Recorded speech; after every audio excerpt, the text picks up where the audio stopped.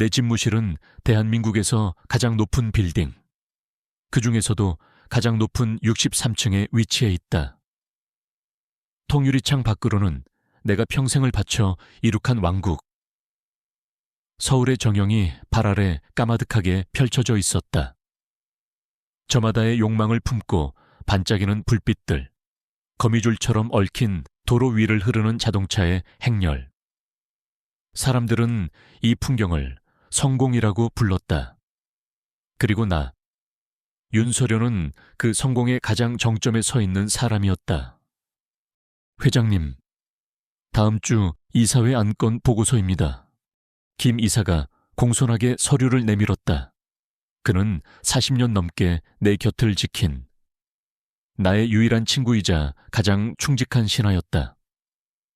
나는 서류를 받아들고 안경 너머로 꼼꼼하게 내용을 훑어보았다. 내 이름 앞에서는 언제나 철의 여인, 제게의 잔다르크 같은 수식어가 따라붙었다. 나는 단 한 번의 감정적인 판단도, 단 한 번의 불필요한 동정도 허용하지 않으며 이 거대한 제국을 건설했다. 윤태민 부회장이 올린 신사업 계획안, 수익성 검토가 너무 아니래. 전면 재검토하라고 해. 그리고 재무팀에는 하반기 현금 유동성 확보 계획을 다시 짜오라고 하고, 지금 같은 시기에는 공격이 아니라 수성이 우선이야.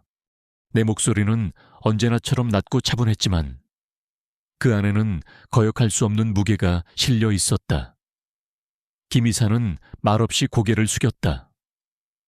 내 지시에 토를 다는 사람은 이 회사에 존재하지 않았다. 오후 내내 나는 릴레이처럼 이어지는 회의를 주재했다. 내 앞에서는 내로라 하는 임원들이 어린아이처럼 긴장하며 보고서를 읽어 내려갔다. 그들의 보고에서 작은 허점이라도 발견되면 나는 어김없이 날카로운 질문을 던져 그들을 궁지로 몰아넣었다. 나는 모든 것을 꿰뚫어보고 모든 것을 통제해야만 직성이 풀렸다. 그것이 내가 50년의 세월 동안 살아남은 방식이었다. 마지막 회의는 임원 승진을 결정하는 인사위원회였다. 내 조카이자 이 회사의 유력한 후계자로 거론되는 윤태민 부회장이 야심만만한 얼굴로 프레젠테이션을 하고 있었다. 그는 자신의 라인에 있는 부장 한 명을 임원으로 추천하고 있었다. 고모님, 아니 회장님, 박 부장은 이번 동남아 시장 개척 프로젝트를 성공적으로 이끌며 회사의 수익에 막대한 기여를 했습니다. 그를 임원으로 승진시켜 더 큰 책임을 맡기는 것이 회사의 미래를 위해. 태민이는 언제나처럼 번지르르한 말로 자신의 의도를 포장했다. 나는 그의 말을 자르지 않고 끝까지 들었다. 그리고 그의 프레젠테이션이 끝나자 나지막하게 물었다. 박 부장이 프로젝트를 성공시킨 건 맞아. 하지만 그 과정에서 자네는 현지 법규를 무시하고 무리하게 사업을 추진했지. 그 때문에 우리 회사는 현지 정부로부터 막대한 과징금을 부과받았고 단기적인 수익을 위해 회사의 장기적인 신용을 팔아먹은 셈이야. 그런데도 그를 승진시키자고 내 지적에 태민이의 얼굴이 굳어졌다. 회의실 안에는 싸늘한 정적이 흘렀다. 태민아, 리더의 자리는 성과를 낸 사람에게 주는 상이 아니다. 책임을 질 줄 아는 사람에게 주는 십자가야. 자네는 아직 그 의미를 모르는 것 같구나. 그것으로 회의는 끝이었다. 나는 누구의 의견도 더 듣지 않고 자리에서 일어났다. 내 등 뒤로 태민이의 분노와 굴욕감이 뒤섞인 시선이 느껴졌지만 나는 돌아보지 않았다. 늦은 저녁, 나는 기사가 운전하는 차를 타고 집으로 돌아왔다. 나의 집은 평창동 언덕 위에 위치한 성이라고 불러도 좋을 만큼 거대한 저택이었다. 한치의 오차도 없이 완벽하게 관리된 정원, 유명 건축가가 설계한 미니멀한 디자인의 건물. 하지만 그곳은 내게 집이 아니었다. 그저 텅 비고 고요하고 차가운 공간일 뿐이었다. 최고의 요리사가 준비한 저녁 식사가 거대한 대리석 식탁 위에 정갈하게 차려졌다. 완벽한 온도에 맞춰 구워진 스테이크, 신선한 유기농 샐러드, 그리고 값비싼 와인. 하지만 나는 그 음식을 맛을 느끼기 위해 먹지 않았다. 그저 생명을 유지하기 위해 기계적으로 음식을 입 안으로 밀어 넣을 뿐이었다. 식사를 하는 동안 내 유일한 말상대는 벽에 걸린 낡은 괴종시계 뿐이었다. 째깍, 째깍, 규칙적으로 흐르는 시간의 소리만이 이 집이 유령의 성이 아님을 증명해주고 있었다. 나는 오늘 낮에 있었던 일을 떠올렸다. 이사회를 준비하기 위한 실무회의에서였다. 젊고 긴장한 기색이 역력한 신입사원 하나가 임원들에게 차를 따르고 있었다. 그런데 그 사원이 너무 긴장한 나머지 내 앞에 놓인 중요한 보고서 위로 찻잔을 엎지르고 말았다. 촤악 하는 소리와 함께 회의실의 모든 사람들이 숨을 멈췄다. 태민이는 당장이라도 그 사원의 목을 칠 듯이 노려보았다. 사원의 얼굴은 새하얗게 질려 거의 울기 직전이었다. 나는 그 순간 아무 말 없이 내 손수건을 꺼내 보고서 위의 찬물을 조심스럽게 닦아냈다. 그리고 모두가 들을 수 있도록 조용하지만 단호한 목소리로 말했다.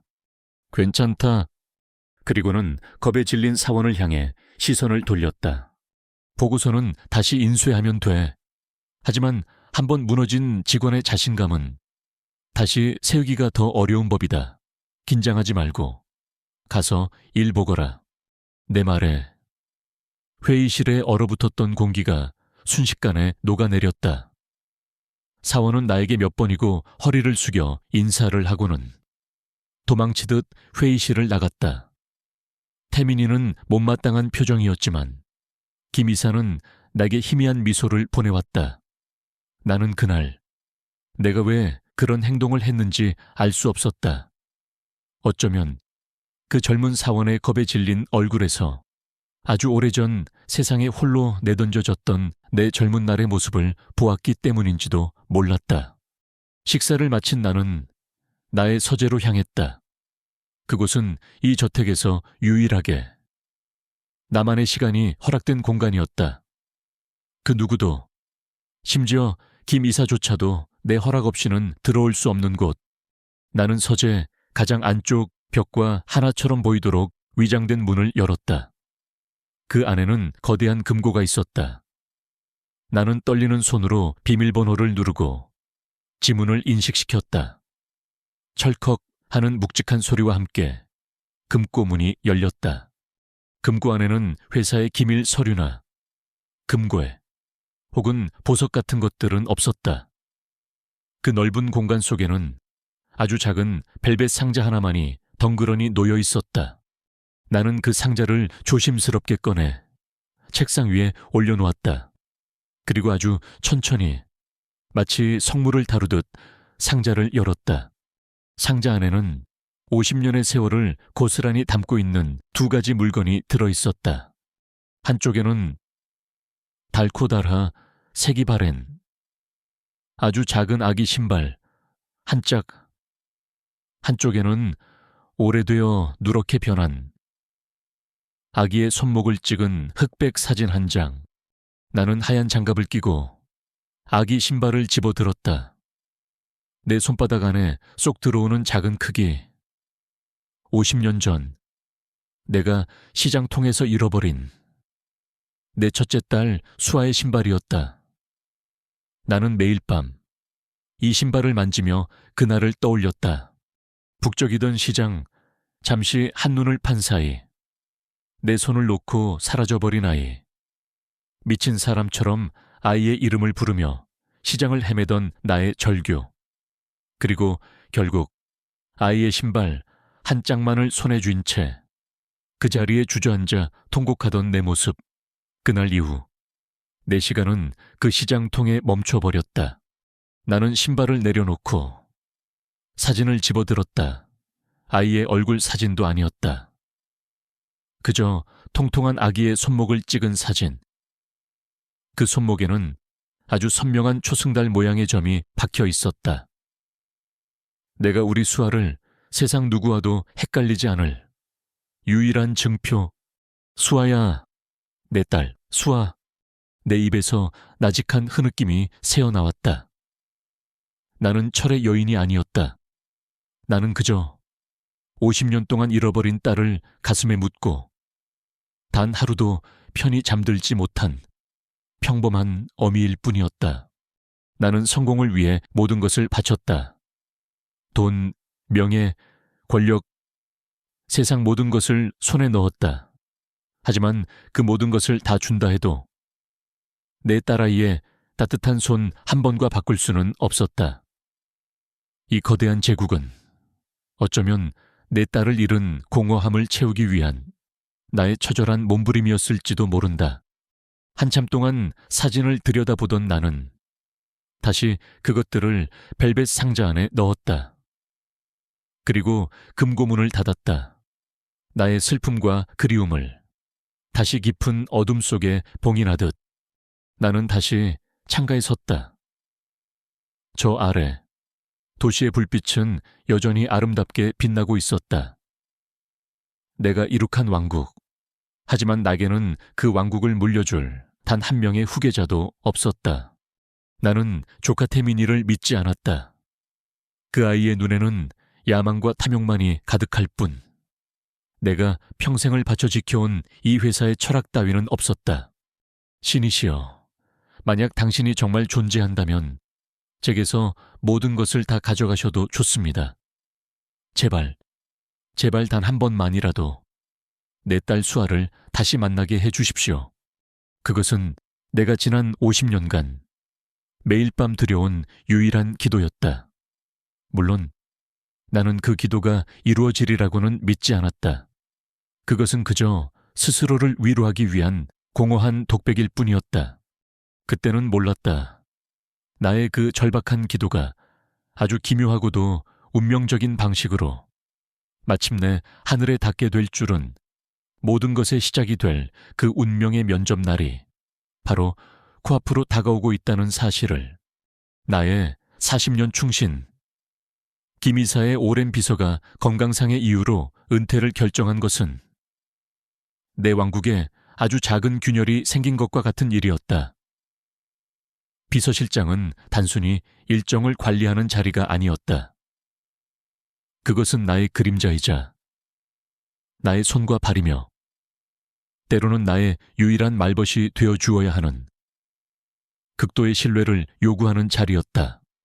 회장님, 비서실장 최종 후보자 3명의 이력서입니다. 모두 제가 직접 검토하고 실무진 면접까지 마친 인재들입니다. 김 이사가 내민 서류에는 소위 말하는 명문 대학을 졸업하고 유수의 대기업에서 경력을 쌓은 번쩍이는 스펙의 인물들 사진이 나란히 붙어 있었다. 하지만 나는 그 서류들을 건성으로 넘겨볼 뿐이었다. 김 이사, 네, 회장님, 내일 있을 최종 면접 나도 직접 들어가 봐야겠네. 내 말에 김 이사의 눈이 동그래졌다. 회장님께서 직접요 이런 일에 직접 참여하신 적이 없으셨지 않습니까? 알아. 하지만 이번에는 왠지 그래야 할 것 같은 기분이 들어서 말이야. 내 그림자를 뽑는 일인데 내가 직접 확인해야지. 그것은 변명이었다. 나 자신조차도 설명할 수 없는 아주 기묘하고 강렬한 충동이었다. 50년 동안 멈춰있던 내 마음속의 무언가가 이유 없이 요동치고 있었다. 마치 아주 오래전 잃어버렸던 무언가를 곧 다시 마주하게 될 것만 같은 불길한 예감. 다음 날 오후 나는 면접이 열리는 회의실에 앉아 있었다. 거대한 원목 테이블의 가장 상석, 내 오른쪽에는 충직한 김 이사가, 왼쪽에는 내 유일한 혈육이자 후계자인 조카 윤태민 부회장이 앉아 있었다. 태민이는 내가 면접에 직접 참여한다는 소식을 듣고 의아함과 불만이 뒤섞인 표정을 감추지 못했다. 아마도 자신의 영향력을 과시할 기회를 뺏겼다고 생각했겠지. 첫 번째 지원자, 들어오세요. 인사팀의 안내와 함께 첫 번째 지원자가 들어왔다. 하버드 MBA 출신의 월스트리트에서 10년간 일했다는 화려한 이력의 소유자. 그녀는 자신감 넘치는 태도로 막힘없이 자신의 경력과 포부를 이야기했다. 태민이는 아주 만족스러운 표정으로 날카로운 질문들을 던졌고 그녀는 노련하게 받아쳤다. 훌륭한 인재였다. 하지만 내 마음은 조금도 움직이지 않았다. 그녀는 너무 완벽해서 오히려 인간적인 매력이 느껴지지 않았다. 두 번째 지원자 역시 마찬가지였다. 국내 최고의 대학을 수석으로 졸업하고 경쟁사에서 스카우트 제의까지 받았다는 인재. 모든 질문에 모범 답안 같은 대답만을 늘어놓았다. 나는 따분함을 느끼며 서류의 빈 공간에 의미 없는 낙서만 끄적이고 있었다. 마지막 지원자, 한은채 씨 들어오세요. 드디어 마지막이었다. 이 지루한 시간이 끝나고 다시 나의 고요한 성으로 돌아갈 시간. 나는 자리에서 일어날 준비를 하고 있었다. 똑똑 문을 열고 한 여자가 들어섰다. 순간 나는 숨을 멈췄다. 그녀는 앞선 지원자들처럼 화려하지 않았다. 나이는 50대 초반으로 보였고 옷차림은 단정했지만 값비싼 브랜드의 것은 아니었다. 하지만 그녀의 얼굴, 갸름한 턱선과 굳게 담은 입술, 그리고 깊고 고요한 눈매, 그 모든 것이 아주 오래전 내 기억 속에 박제되어 버린 내 죽은 남편의 젊은 시절을 기묘하게 닮아 있었다. 친호세이겠지. 나는 속으로 중얼거렸다. 나이가 드니 별것 아닌 것에도 의미를 부여하는군. 나는 흐트러지려는 마음을 다잡고 다시 철의 여인의 가면을 썼다. 그녀의 이름은 한은채. 이력서는 앞선 두 사람에 비해 초라했다. 변변한 대학도 나오지 못했고 대기업 경력도 없었다. 작은 중소기업과 사회적 기업 몇 군데에서 오랫동안 일한 것이 전부였다. 태민이가 노골적으로 경멸의 시선을 보내며 물었다. 한은채 씨, 솔직히 말해서 당신의 이력서는 우리 회사, 특히 회장님 비서실장 자리에는 턱없이 부족해 보입니다. 무슨 자신감으로 여기에 지원하신 겁니까? 태민이의 무례한 질문에 회의실의 공기가 싸늘해졌다. 하지만 한은채는 당황하지 않았다. 그녀는 조용히 고개를 들어 우리를 차례로 바라보았다. 그리고 나를 향해 시선을 고정하고 차분하게 입을 열었다. 네, 부회장님, 말씀이 맞습니다. 제 이력서는 보잘것없습니다. 하지만 저는 지난 30년간 화려한 경력 대신 사람을 얻었습니다. 저는 사람의 마음을 읽고 그 사람이 진정으로 필요로 하는 것을 먼저 헤아리는 법을 배웠습니다. 회장님께 필요한 것이 유창한 외국어 실력과 화려한 보고서 작성 능력이라면 저는 부족한 사람이 맞습니다. 하지만 회장님께 필요한 것이 묵묵히 곁을 지키며 회장님의 그림자가 되어줄 진심이라면 저는 그 누구보다 잘할 자신이 있습니다. 그녀의 목소리는 떨리지 않았다. 그 안에는 오랜 세월을 견뎌낸 사람만이 가질 수 있는 단단함과 진정성이 담겨 있었다. 태민이는 할 말을 잃은 듯 입을 다물었고 김 이사는 흥미로운 표정으로 그녀를 바라보았다. 나 역시 그녀에게서 눈을 뗄 수가 없었다. 내 마음속에 무언가가 계속해서 그녀에게 말을 걸라고 그녀에 대해 더 알아보라고 속삭이고 있었다. 면접이 거의 끝나갈 무렵이었다. 김 이사가 마지막으로 질문을 던졌다. 한은채 씨, 살아오면서 가장 중요하게 생각하는 가치는 무엇입니까? 한은채는 잠시 생각에 잠겼다. 그리고는 희미하게 미소를 지으며 말했다. 제자리로 돌아가는 것이라고 생각합니다. 모든 것은 결국 자신이 있어야 할 제자리로 돌아가게 마련이니까요. 저 역시 제 인생의 대부분을 저의 자리를 찾기 위해 헤매며 살아온 것 같습니다. 그녀는 자신의 지난 삶을 이야기하며 무의식적으로 손을 들어 자신의 옷매무새를 매만졌다. 바로 그 순간이었다. 그녀의 블라우스 소매가 살짝 걷히며 하얀 손목이 드러났다. 그리고 그 손목 위에 아주 선명하게 새겨져 있는 작은 점 하나, 초승달 모양의 점. 세상이 멈췄다. 회의실의 모든 소리가 사라졌다. 태민이의 목소리도, 김 이사의 목소리도. 내 심장이 내는 굉음 외에는 아무것도 들리지 않았다. 내 눈에는 오직 그녀의 손목에 박힌 그 초승달 모양의 점밖에는 보이지 않았다. 수아야. 금고 속에 잠들어 있던 낡은 흑백 사진. 그 사진 속에 아기 손목에 있던 것과 똑같은 모양, 똑같은 위치. 아니야. 그럴 리가 없어. 50년이야. 50년이라는 세월이 흘렀어. 이건 우연의 일치일 뿐이야. 세상에는 비슷한 점을 가진 사람이 얼마든지 있을 수 있어. 나는 스스로를 필사적으로 부정했다. 하지만 내 몸은 정직하게 반응했다. 손이 가늘게 떨려 테이블 밑으로 감춰야만 했다. 호흡이 가빠져 누구도 눈치채지 못하도록 길게 숨을 내쉬어야 했다. 내가 그토록 찾아 헤맸던 내 딸. 내가 죽기 전에 단 한 번만이라도 만나게 해달라고 매일 밤 기도했던 내 아이. 내 수아가 지금 내 눈앞에 앉아 있었다. 50대의 중년 여성이 되어서 내 회사에 비서직에 지원하기 위해. 회장님, 어디 불편하십니까? 김 이사의 목소리가 나를 현실로 끌어당겼다. 나는 간신히 정신을 차렸다. 아니네. 잠시 현기증이 났을 뿐이야. 나는 떨리는 목소리를 감추기 위해 헛기침을 했다. 그리고 하는 채, 어쩌면 내 딸일지도 모르는 저 여자를 향해 내 생애 가장 어려운 질문을 던졌다. 하는 채 씨, 내 목소리가 제대로 나오고 있는 건지 알 수 없었다. 어린 시절은 어땠습니까? 어디서 자랐지요? 그것은 면접 질문이 아니었다. 그것은 어미의 절규였다.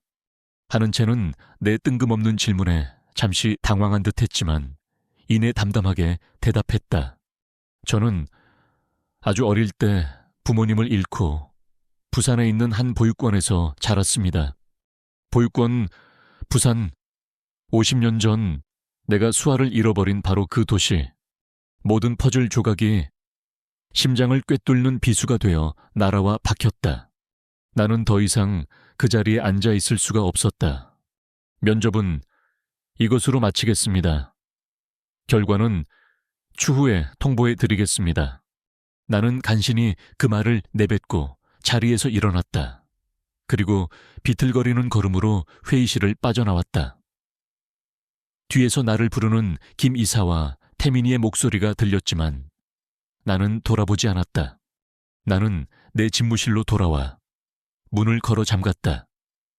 그리고 그 자리에 주저앉았다. 50년간 단단하게 쌓아 올렸던 나의 성벽이, 나의 위엄이, 나의 모든 것이 한순간에 무너져 내리고 있었다. 수아야. 나는 아이의 이름을 부르며 어린아이처럼 통곡하기 시작했다. 50년 동안 가슴에 묻어두었던 슬픔이 마침내 터져 나온 것이다. 나의 기도가 하늘에 닿은 것일까?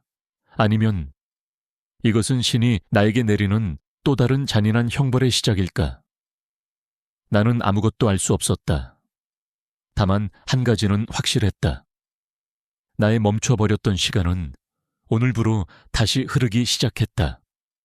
그리고 그 시간의 끝에 무엇이 있을지는 그 누구도 예측할 수 없었다. 회의실을 뛰쳐나온 나는 비틀거리는 걸음으로 내 집무실로 돌아와 문을 걸어 잠갔다. 심장이 금방이라도 터져버릴 것처럼 격렬하게 뛰고 있었다. 나는 차가운 유리창에 이마를 기댄 채 가쁜 숨을 몰아쉬었다. 수아야, 내 딸 정말 너인 것이냐? 50년, 한 여인의 일생이 담긴 시간, 그 긴 세월 동안 나는 단 하루도 딸아이를 잊은 적이 없었다. 하지만 동시에 나는 그 아이가 이미 이 세상에 없을 것이라고, 혹은 있다 해도 영원히 찾을 수 없을 것이라고 체념하며 살아왔다. 그런데 기적이 일어난 것일까? 신이 나의 마지막 기도를 들어주신 것일까? 아니, 아직 단정하기는 이르다. 세상에는 비슷한 점을 가진 사람이 얼마든지 있을 수 있다. 그것은 그저 끔찍할 정도로 잔인한 우연의 일치일지도 모른다. 희망은 때로는 가장 큰 절망의 다른 이름이 되기도 하니까. 나는 섣부른 기대를 경계하며 억지로 이성을 되찾으려 애썼다. 하지만 한번 터져나온 희망의 싹은 걷잡을 수 없이 내 마음속에서 자라나고 있었다. 아, 덕덕. 그때 집무실 문을 두드리는 소리가 들렸다. 김이사였다. 회장님, 괜찮으십니까? 안색이 너무 안 좋으셔서. 나는 잠시 망설였다. 이 비밀을, 내 50년의 아픔을 누군가에게 털어놓아도 되는 것일까? 하지만 상대는 김이사였다. 40년간 나의 그림자처럼 곁을 지키며 나의 성공과 고독을 모두 지켜본 유일한 사람. 들어오게. 문을 열고 들어온 김이사는 내 얼굴을 보더니 걱정스러운 표정을 감추지 못했다. 회장님, 어디 편찮으신 겁니까? 제가 본 회장님의 모습 중에 오늘이 가장 위태로워 보이십니다. 김이사, 나는 떨리는 목소리로 그를 불렀다. 자네는 내가 왜 이 자리에 앉아 있는지 아는가? 네, 회장님의 탁월한 능력과 노력 덕분이라고 생각합니다. 아니, 나는 내 딸을 찾기 위해 이 자리에 앉아 있네. 언젠가 내가 대한민국에서 가장 높은 곳에 올라가면, 내 이름이 세상에 알려지면 혹시라도 내 딸이 나를 찾아올 수 있지 않을까 하는 그 어리석은 희망 하나로 버텨온 거야. 내 고백에 김이사의 눈이 흔들렸다. 그는 내가 일하러 버린 딸이 있다는 사실을 아는 유일한 사람이었다. 자네 눈에도 보였는가? 내가 물었다. 마지막 지원자. 하는 채라는 그 여자 말일세. 김이사는 잠시 침묵했다. 그는 면접 내내 그 여자를 유심히 관찰하고 있었다. 돌아가신 사장님을 조금 닮은 것 같았습니다. 그리고 그는 말을 멈추고 나를 아주 신중한 눈빛으로 바라보았다. 그리고 아주 조심스럽게 내 마음속의 질문을 대신 입 밖으로 꺼내주었다. 회장님, 혹시 그 점 때문에 그러십니까? 그의 말에 나는 와르르 무너져 내렸다. 역시 나만 본 것이 아니었다. 나의 충신, 김이사의 눈에도 보였던 것이다. 나는 고개를 끄덕였다. 내 딸 수아의 손목에 있던 것과 똑같은 모양, 똑같은 위치였어. 김이사는 더 이상 아무것도 묻지 않았다. 그는 그저 깊은 한숨을 내쉬며 나를 연민의 눈으로 바라볼 뿐이었다. 김이사, 나 좀 도와주게. 말씀만 하십시오. 회장님, 하는 채라는 여자에 대해 아주 상세하고 그리고 아주 은밀하게 조사해주게. 내가 아는 것은 아무것도 없네. 출생의 비밀, 성장 과정, 주변 인물들, 알아낼 수 있는 모든 것을 알아봐 주게. 단, 내 조카 태민이는 물론이고 그 누구도 눈치채서는 안 되네. 알겠습니다. 회장님, 제 모든 것을 걸고 그림자처럼 움직이겠습니다. 김이사는 내게 깊이 고개를 숙이고 조용히 집무실을 나갔다. 나는 다시 혼자가 되었다. 하지만 이제는 더 이상 외롭지 않았다. 50년 만에 처음으로 내게는 희망이라는 이름의 동반자가 생겼으니까. 다음날 오전 비서실장 채용을 위한 마지막 회의가 열렸다. 나와 김 이사, 그리고 태민이가 다시 회의실에 모였다. 태민이는 어제의 내 이상 행동에 대해 의심의 눈초리를 거두지 않고 있었다. 고모님, 어제는 많이 피곤해 보이셨습니다. 이제 결정을 내리셔야 할 시간입니다. 태민이는 자신만만하게 서류를 펼쳤다. 저는 단연코 첫 번째 지원자였던 켈리 정을 추천합니다. 그녀의 화려한 경력과 글로벌 네트워크는 우리 회사가 한 단계 더 도약하는데 큰 힘이 될 것입니다. 마지막 지원자였던 한은채 씨는 솔직히 말해서 우리 회사의 격에 맞지 않는다고 생각합니다. 나이도 너무 많고 이력도 보잘것없습니다. 감정에 치우친 결정은 회사를 위험에 빠뜨릴 수 있습니다. 그는 감정에 치우친 결정이라는 말에 힘을 주며 나를 떠보았다. 나는 그의 말을 끝까지 들었다. 그리고 그의 눈을 똑바로 쳐다보며 아주 차분하고 단호한 목소리로 말했다. 내 결정은 한은채 씨일세. 네. 태민이가 자리에서 벌떡 일어날 듯이 소리쳤다. 김 이사조차도 놀란 표정으로 나를 바라보았다. 고모님 아니, 회장님, 지금 제정신이십니까? 도대체 무슨 근거로 그런 비상식적인 결정을 내리시는 겁니까? 태민이가 격앙된 목소리로 따져 물었다. 그의 눈에는 분노와 함께 내 판단력에 대한 노골적인 의심이 서려 있었다. 나는 여전히 평온한 표정을 유지했다. 그리고 내 인생에서 단 한 번도 해본 적 없는 가장 비논리적이고 가장 비합리적인 이유를 댔다. 그녀에게는 잠재력이 보여. 그리고 나는 그녀에 대해 좋은 느낌이 들어. 내 대답에 회의실의 공기는 그야말로 싸늘하게 얼어붙었다. 느낌. 평생을 숫자와 데이터, 그리고 냉철한 이성으로 살아온 내가 고작 느낌이라는 단어로 회사의 중요한 인사를 결정한 것이다. 태민이는 기가 막힌다는 듯 헛웃음을 쳤다. 느낌이라니요. 회장님, 여긴 점집이 아닙니다. 수십만 명의 직원의 생계가 걸린 주식회사입니다. 제발 이성적으로 판단하십시오. 내 결정은 변하지 않아.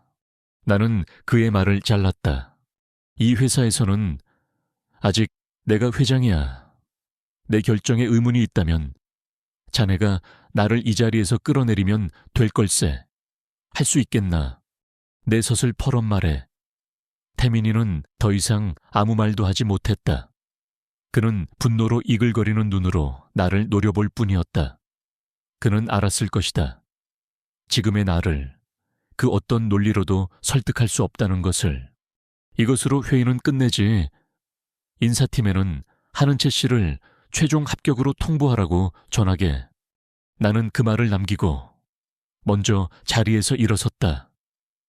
내 등 뒤로 태민이의 차가운 분노가 비수처럼 날아와 꽂히는 것이 느껴졌다.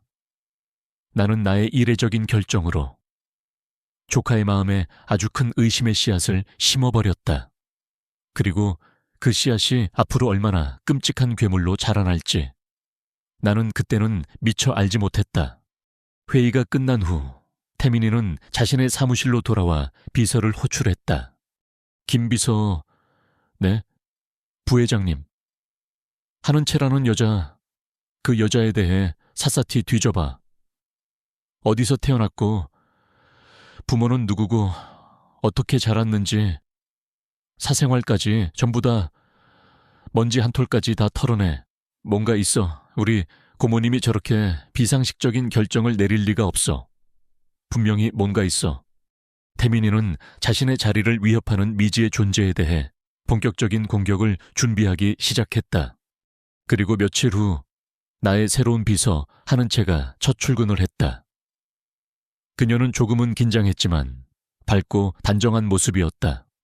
회장님, 오늘부터 비서실장으로 근무하게 된 한은채입니다. 최선을 다해 모시겠습니다. 그녀가 내게 90도 허리를 숙여 인사했다. 나는 그녀를 바라보았다. 내 딸 수아일지도 모르는 여자.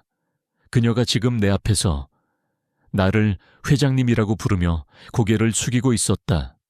심장이 미어지는 듯했지만 나는 표정을 바꾸지 않았다. 그래요. 한비서, 앞으로 잘해봅시다. 나는 그녀에게 업무 지시를 내렸다. 그녀는 내가 하는 말을 한마디도 놓치지 않으려는 듯 진지한 눈으로 나를 바라보았다. 나는 그녀의 얼굴에서, 눈매에서, 입매에서 죽은 남편의 흔적을, 그리고 어쩌면 나의 흔적을 필사적으로 찾고 있었다. 그녀가 집무실을 나간 후 나는 책상 서랍 깊숙한 곳에 넣어두었던 작은 아기 신발 한 짝을 꺼냈다. 이 신발의 주인이 지금 저 문 밖에서 일을 하고 있다. 50년의 세월을 뛰어넘어 기적처럼 내 곁으로 돌아왔다. 하지만 나는 아직 그녀를 안아줄 수도, 그녀의 이름을 부를 수도 없었다.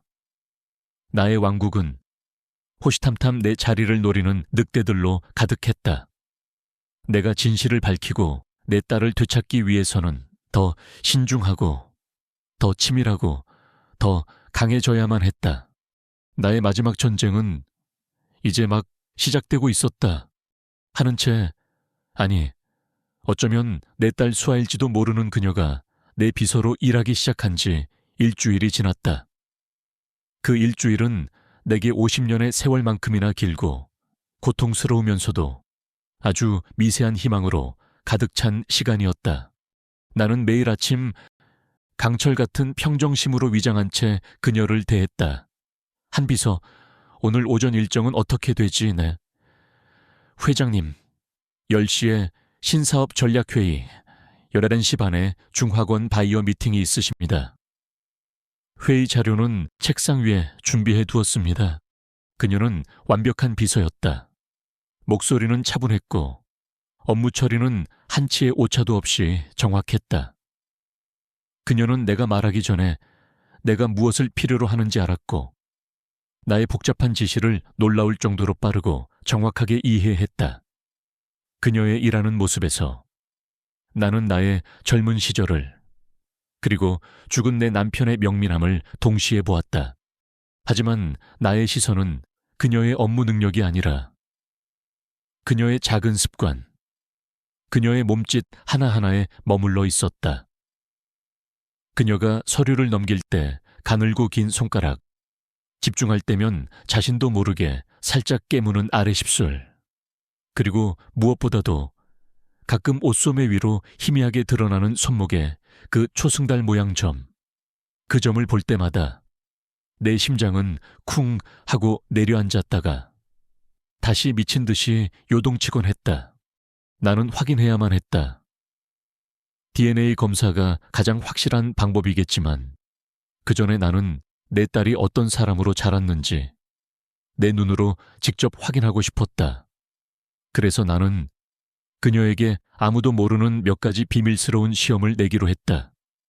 이것은 그녀의 업무 능력이 아니라 그녀의 인성과 영혼을 들여다보기 위한 어미의 마지막 시험이었다.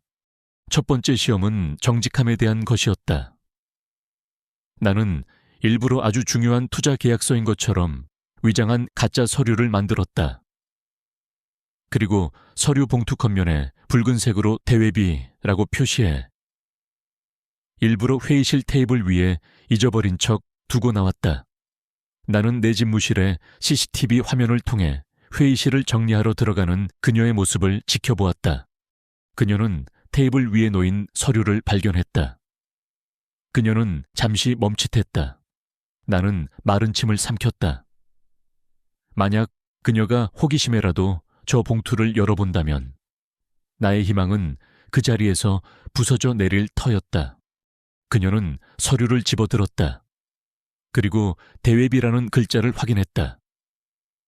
그녀는 단 1초도 망설이지 않았다. 그녀는 봉투를 열어보지 않고 그것을 자신의 품 안에 소중하게 안고 곧장 내 집무실로 향했다. 아, 똑똑. 회장님, 저 하는 채입니다. 들어와요. 그녀는 내게 다가와 서류를 두 손으로 공손히 내밀었다. 회장님, 회의실에 중요한 서류를 두고 오신 것 같습니다. 제가 안전하게 보관하고 있었습니다. 그녀의 눈은 맑고 투명했다. 그 어떤 흔들림도 없었다. 나는 그녀에게서 서류를 받아들며 무심한 척 말했다. 수고했어요. 깜빡했군. 하지만 내 심장은 안도감과 기쁨으로 터질 것 같았다. 그래, 내 딸이라면 이래야지. 가난하게 자랐을지언정 결코 비굴하거나 정직하지 못한 아이는 아닐 것이라고. 하지만 나의 이 비밀스러운 시험을 조카 태민이가 모를 리 없었다. 그는 매일같이 내 주변을 맴돌며 나와 하는 채의 관계를 의심의 눈초리로 지켜보고 있었다. 그는 자신의 방식대로 그녀를 시험하기 시작했다. 그의 시험은 나처럼 인성을 확인하는 것이 아니라 그녀를 깎아내리고 짓밟기 위한 악의적인 함정이었다. 어느 날 태민이가 하는 채에게 다가와 말했다. 한 비서, 회장님께서 내일 아침까지 동남아 시장 트렌드에 대한 종합보고서를 원하셔. 아주 급한 일이니까 밤을 새워서라도 반드시 끝내도록 해. 나는 그 말을 전해 듣고 태민이의 의도를 즉시 간파했다. 그것은 신입 비서가 하룻밤 사이에 해낼 수 있는 업무가 아니었다. 방대한 자료 조사가 필요하고 시장에 대한 깊은 이해가 있어야만 가능한 일이었다. 그는 일부러 불가능한 임무를 주어 그녀가 내 앞에서 무능함을 드러내고 망신을 당하게 만들려던 속셈이었다. 나는 그녀를 불러 그 보고서는 내가 시킨 일이 아니니 할 필요 없다고 말해주려 했다. 하지만 그녀는 이미 일을 시작한 후였다. 괜찮습니다. 회장님, 부회장님께서 시키신 일이니 마땅히 해야 할 일이라고 생각합니다. 제가 능력이 부족하여 밤을 새워야겠지만 최선을 다해보겠습니다. 그녀는 조금도 불평하지 않았다. 그저 묵묵히 자신의 일을 받아들일 뿐이었다. 그날 밤 회사 건물의 모든 불이 꺼진 후에도 비서실의 불만이 환하게 켜져 있었다. 나는 집무실에서 그 불빛을 가만히 내려다보았다. 마음이 아팠다. 저렇게까지 노력하지 않아도 되는데. 네가 내 딸이 맞다면 저런 일을 하지 않아도 너는 이 모든 것의 주인이 될 텐데. 다음 날 아침 내가 출근했을 때 하는 채는 밤을 꼬박 사운 듯 피곤한 얼굴이었지만 그녀의 책상 위에는 수십 장에 달하는 보고서가 깔끔하게 정리되어 있었다. 회장님, 밤새 준비했습니다. 아직 부족한 점이 많겠지만 너그러이 봐주십시오. 나는 보고서를 받아들었다. 완벽하지는 않았다. 몇몇 데이터 분석에는 미숙한 점이 보였다. 하지만 보고서 전체에는 그녀가 얼마나 성실하게 밤새워 자료를 찾고 자신의 논리를 세우기 위해 고심했는지가 고스란히 담겨 있었다. 이것은 그 어떤 유창한 보고서보다도 더 진실되고 더 빛나는 결과물이었다. 나는 태민이를 호출했다. 그는 의기양양한 표정으로 들어왔다. 아마도 하는 채가 일을 제대로 해내지 못했을 것이라고 확신하고 있었을 것이다. 나는 보고서를 그에게 던지듯 내밀었다. 이거 읽어봐. 태민이가 보고서를 읽어 내려가는 동안 그의 얼굴이 점점 굳어졌다.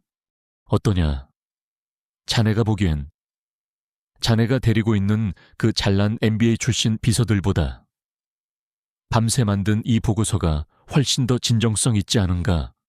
내 말에 태민이는 아무 대답도 하지 못했다. 그는 분한 표정으로 입술만 깨물 뿐이었다. 그녀를 무너뜨리려던 그의 첫 번째 시도는 그렇게 실패로 돌아갔다. 이제 마지막 관문만이 남았다. 그녀가 정말 내 딸 수아가 맞는지 과학적인 증거로 확인하는 일. 나는 그녀의 DNA 샘플을 채취해야만 했다. 나는 그날 오후 하는 채를 내 집무실로 불렀다. 한 비서, 요즘 고생이 많지. 나하고 차나 한잔하면서 이야기 좀 하지. 영문을 모르는 그녀는 조금 긴장한 표정으로 내 앞 소파에 앉았다. 나는 직접 닭이를 꺼내 가장 귀한 보이차를 우려냈다. 회장님, 제가 하겠습니다. 됐어요. 그냥 앉아 있어요. 따뜻한 찻잔을 사이에 두고 우리는 처음으로 업무가 아닌 개인적인 이야기를 나누었다. 보육원에서 자랐다고 했지요. 힘들지 않았어요. 힘들지 않았다면 거짓말이겠지요. 하지만 좋은 원장님과 친구들을 만나 나름대로 행복하게 자랐습니다. 늘 감사하게 생각하고 있습니다. 그녀는 자신의 과거를 이야기하면서도 조금도 자신을 비하하거나 동정하지 않았다. 오히려 그 어려움 속에서 배운 것들에 대해 담담하게 이야기했다. 나는 그녀의 그 강인함과 긍정적인 태도에 다시 한번 깊은 감명을 받았다. 혹시 부모님에 대해서는 아는 것이 전혀 없습니까? 나는 최대한 아무렇지 않은 척 가장 중요한 질문을 던졌다. 그녀의 얼굴에 잠시 쓸쓸한 그늘이 스쳐 지나갔다. 네, 제가 발견되었을 때 제 곁에는 아무것도 없었다고 들었습니다. 그저 제 손목에 이 점만이 저와 제 부모님을 이어주는 유일한 끈이라고 생각하며 살아왔습니다. 그녀는 자신의 손목을 매만지며 말했다. 그 초승달 모양의 점을 나는 터져 나오려는 눈물을 참기 위해 찻잔을 들어 차를 마셨다. 차를 마신 후 그녀는 자리에서 일어났다. 회장님, 귀한 차 대접해 주셔서 감사합니다. 이제 다시 일하러 가보겠습니다. 그녀가 집무실을 나간 후 나는 그녀가 마셨던 찻잔을 바라보았다. 찻잔의 가장자리에는 그녀의 희미한 입술 자국이 남아 있었다. 나는 떨리는 손으로 그 찻잔을 집어들었다. 이것이 50년의 세월을 뛰어넘어 나와 내 딸을 이어줄 증거가 될 것이다. 나는 곧장 김 이사에게 연락했다. 김 이사, 샘플을 확보했네. 우리가 논의했던 대로 가장 신속하고 가장 비밀리에 처리해주게. 결과가 나올 때까지 아무도 이 사실을 알아서는 안 되네.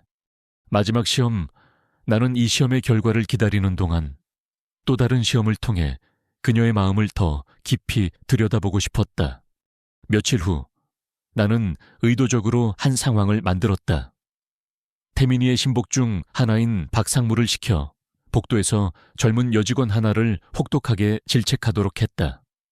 박상무는 사소한 실수를 빌미로 모두가 보는 앞에서 여직원의 인격을 모독하는 발언을 쏟아냈다.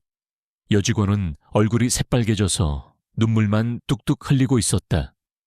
주변을 지나던 다른 직원들은 모두 그들을 못 본 척 슬금슬금 자리를 피했다. 그때 그 복도를 지나가던 한은 채의 발걸음이 멈췄다. 그녀는 잠시 망설이는 듯 보였다. 자신과 상관없는 일에 끼어들어 상색에 밉보일 수도 있는 상황이었다. 하지만 그녀는 외면하지 않았다. 그녀는 박상무에게 다가가 아주 침착하고 정중한 목소리로 말했다. 상무님, 죄송하지만 회장님께서 조금 전에 상무님을 급히 찾으셨습니다. 분기 실적 보고 관련해서 논의할 것이 있다고 하십니다. 그녀의 갑작스러운 등장에 박상무는 당황한 기색이 역력했다. 그는 헛기침을 한번 하더니 알았어. 지금 가지하고는 씩씩거리며 자리를 떴다. 하는 채는 울고 있는 여직원에게 다가가 조용히 손수건을 건네고 등을 토닥여 주었다. 괜찮아요. 누구나 다 실수할 수 있는 거예요. 너무 마음에 담아두지 말아요. 나는 그 모든 광경을 멀리서 지켜보고 있었다. 내 심장이 뜨거워졌다. 그래, 저 모습이야말로 내가 바라던 내 딸의 모습이었다. 강자에게 강하고 약자에게는 한없이 따뜻한 사람. 불의를 보고 지나치지 못하는 용기 있는 사람. 나는 이제 확신했다. DNA 검사 결과 따위는 이제 더 이상 중요하지 않았다. 내 마음이, 내 영혼이 그녀가 바로 내 딸 수아라고 소리치고 있었다. 나는 김 이사에게 전화를 걸었다. 김 이사, DNA 검사, 서두를 필요 없네. 결과가 어떻게 나오든 내 결정은 변하지 않을 테니 이제 남은 것은 이 사실을 세상에 어떻게 알리고 어떻게 내 딸을 저 굶주린 늑대들로부터 지켜내느냐 하는 것이었다. 나는 길고 긴 싸움을 준비해야 했다. DNA 검사 결과를 기다리는 매일매일은 살얼음판 위를 걷는 것과 같았다. 내 마음속에서는 희망과 불안이 천국과 지옥처럼 교차했다. 만약 그녀가 내 딸이 아니라면 이 모든 것은 나의 늙은 망상으로 끝날 것이다. 하지만 만약 그녀가 내 딸이 맞다면 나는 그녀를 이 굶주린 늑대들 소굴에서 어떻게 지켜내야 한단 말인가. 나의 고뇌를 비웃기라도 하듯 조카 태민이의 공격은 더욱 노골적이고 집요해졌다. 그는 사내에 은밀하게 소문을 퍼뜨렸다. 회장님이 나이가 드시더니 판단력이 흐려졌다. 회장님이 하는 채라는 비서에게 홀려 회사 일을 그르치고 있다는 식의 악의적인 소문들이었다. 그는 하는 채가 처리하는 업무마다 사사건건 트집을 잡았고 그녀가 다른 직원들과 어울리지 못하도록 교묘하게 따돌렸다. 하는 채는 그 모든 부당한 대우를 묵묵히 견뎌냈다. 그녀는 불평 한마디 없이 오히려 2배, 3배 더 열심히 일했다. 가끔 그녀의 지친 얼굴을 볼 때면 나는 당장이라도 태민이의 멱살을 잡고 이 모든 것을 끝내버리고 싶은 충동을 느꼈다. 하지만 나는 참아야 했다. 아직 때가 아니었다. 결정적인 증거, 그 누구도 반박할 수 없는 진실의 검을 손에 쥘 때까지. 그리고 마침내 결전의 날이 다가왔다. 우리 그룹의 명운이 걸린 동남아 최대 유통기업 아스트라와의 합병을 결정하는 최종 이사회가 열리게 된 것이다. 이 프로젝트는 몇 년 전부터 태민이가 야심차게 추진해 온 것이었다. 만약 이 합병이 성사된다면 태민이는 그룹 내에서 자신의 입지를 확고히 다지게 될 것이고 차기 회장 자리에 오르는 것은 시간 문제가 될 터였다. 나는 이사회가 열리기 며칠 전부터 태민이가 무언가 꾸미고 있다는 것을 직감했다. 그는 평소와 달리 지나치게 자신만만했고 나를 대하는 태도에서는 숨길 수 없는 오만함이 묻어 나왔다. 그는 이 이사회를 단순히 합병을 성사시키는 자리가 아니라 나의 권위를 꺾고 자신의 시대를 선포하는 대관식으로 만들 작정인 듯했다. 이사회 전날 태민이는 하는 채에게 마지막 프레젠테이션 자료의 데이터 검증을 맡겼다. 한 비서, 아주 중요한 자료야. 회장님께서 직접 뽑은 사람이니 이 정도는 해낼 수 있겠지. 숫자 하나라도 틀리면 우리 모두가 곤란해지니 꼼꼼하게 확인하도록 해. 그의 말은 칭찬을 가장한 협박이었다. 김 이사는 내게 다가와 우려를 표했다. 회장님, 윤 부회장이 무언가 꾸미고 있는 것 같습니다. 한 비서에게 저렇게 중요한 일을 맡기는 것이 아무래도 꺼림칙합니다. 알고 있네. 김 이사, 하지만 괜찮아. 덫이라는 것을 알면서도 때로는 밟아줘야 할 때가 있는 법이지. 나는 폭풍의 눈 한가운데로 내 딸과 함께 걸어 들어가기로 결심했다. 다음 날 오후 그룹 본사 최고층에 위치한 대회의실. 긴장감이 감도는 공기 속에서 이사회가 시작되었다. 태민이는 의기양양하게 단상에 서서 아스트라 그룹과의 합병이 가져올 장밋빛 미래에 대해 열변을 토했다. 그의 프레젠테이션은 화려하고 설득력이 있었다. 몇몇 이사들은 이미 그의 비전에 완전히 매료된 듯 감탄사를 연발하며 고개를 끄덕였다. 나는 말없이 그를 지켜보았다. 그리고 마침내 올 것이 왔다는 것을 직감했다. 태민이가 프레젠테이션의 핵심 부분인 합병 후 예상 수익률을 다룬 슬라이드를 화면에 띄웠다. 보시는 바와 같이 합병이 성공적으로 이루어질 경우 우리 그룹의 분기별 순이익은 최소 30% 이상 상승할 것으로 예상됩니다. 이 데이터는 그가 말을 이어가려던 순간이었다. 태민이의 편에 서 있던 박상무가 손을 들었다. 잠깐만요. 부회장님, 지금 저 데이터 조금 이상한 것 같습니다. 회의실의 모든 시선이 화면에 쏠렸다. 박상무가 안경을 고쳤으며 말했다. 작년 3분기 아스트라 그룹의 순이익이 저렇게 높을 리가 없습니다. 제가 알기로는 당시 현지 공장 파업으로 인해 실적이 거의 반토막이 났던 것으로 압니다. 만약 저 데이터가 잘못되었다면 우리가 산정한 인수 가격과 예상 수익률 전체를 다시 계산해야 하는 것 아닙니까? 그의 지적에 회의실은 술렁이기 시작했다. 태민이는 마치 처음 듣는 이야기인 것처럼 놀란 표정을 지었다. 완벽한 연기였다. 그는 화면을 잠시 바라보더니 깊은 실망과 유감이 담긴 목소리로 말했다. 죄송합니다. 이사님들, 제가 미처 확인하지 못한 부분이 있었던 것 같습니다. 그리고 그는 천천히 고개를 돌려 회의록을 작성하고 있던 한은채를 바라보았다. 이 데이터의 최종 검증은 제 고모님께서 특별히 신임하시는 한은채 비서실장께서 담당하셨습니다. 그의 말에 회의실의 모든 이사들의 시선이 한은채에게로 향했다. 그녀는 영문을 모르겠다는 듯 얼굴이 새하얗게 질려 있었다. 태민이는 아주 촌디샌딩한 동정심과 비난이 섞인 목소리로 그녀에게 물었다. 한 비서, 이 중대한 데이터에 어떻게 이런 오류가 발생했는지 이 자리에서 설명해 줄 수 있겠습니까? 그것은 공개적인 처형 선고였다.